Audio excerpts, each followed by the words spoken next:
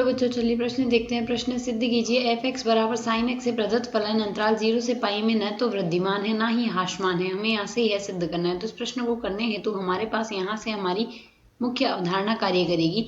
मुख्य अवधारणा यहाँ से हम रखेंगे, हमें दिया गया फलन वृद्धिमान, तो कोई भी फलन यहाँ से हमारे पास फलन एफ एक्स किसी भी अंतराल आई में यदि वृद्धिमान है, वृद्धिमान हमें देखना है सबसे पहले। तो यदि हम वृद्धिमान है तो हमारे पास क्या होगा, यदि यह फलन तो यहाँ से वृद्धिमान रहेगा। यदि हमारे पास x1 का मान x2 से बड़ा है तो fx1 का मान जो आएगा वह हमारे पास fx2 से बड़ा आना चाहिए। इस स्थिति में जो फलन बनता है वह हमारे पास वृद्धिमान फलन बनेगा, बड़ा या बराबर आ सकता है।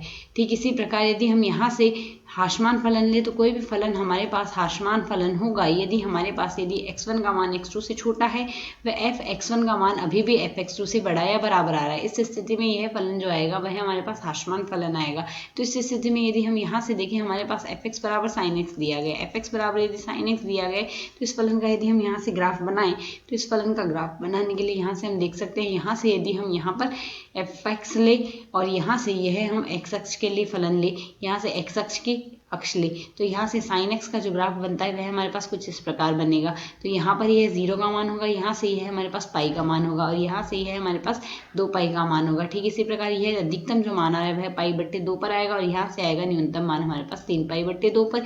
तो यदि हम यहाँ से देखें अंतराल 0 से पाई के मध्य, यहाँ से अंतराल 0 से पाई के मध्य फलन का ग्राफ हमारे पास धीरे धीरे बढ़ रहा है, अर्थात जब भी x1 का मान x2 से बड़ा है fx1 का मान बड़ा है बराबर आ रहा है fx2 से।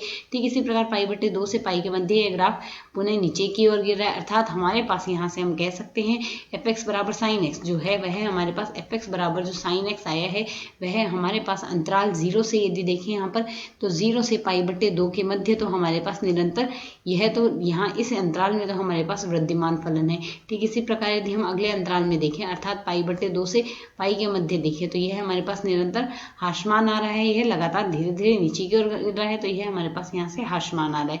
तो इस स्थिति में यदि हम यहाँ से देखें, हमें पूरा अंतराल दिया गया 0 से पाई का, तो यहाँ से यदि पूरे अंतराल की देखें तो 0 से पाई के मध्य यह ना तो क्योंकि ना तो लगातार वृद्धिमान आया ना ही ह्रासमान आया, तो ना तो ह्रासमान है ना ही यहाँ से हमारे पास यहाँ से ना तो ह्रासमान है और ना ही वृद्धिमान है, न ही वृद्धिमान है। और हमें यहाँ से यही सिद्ध करना था।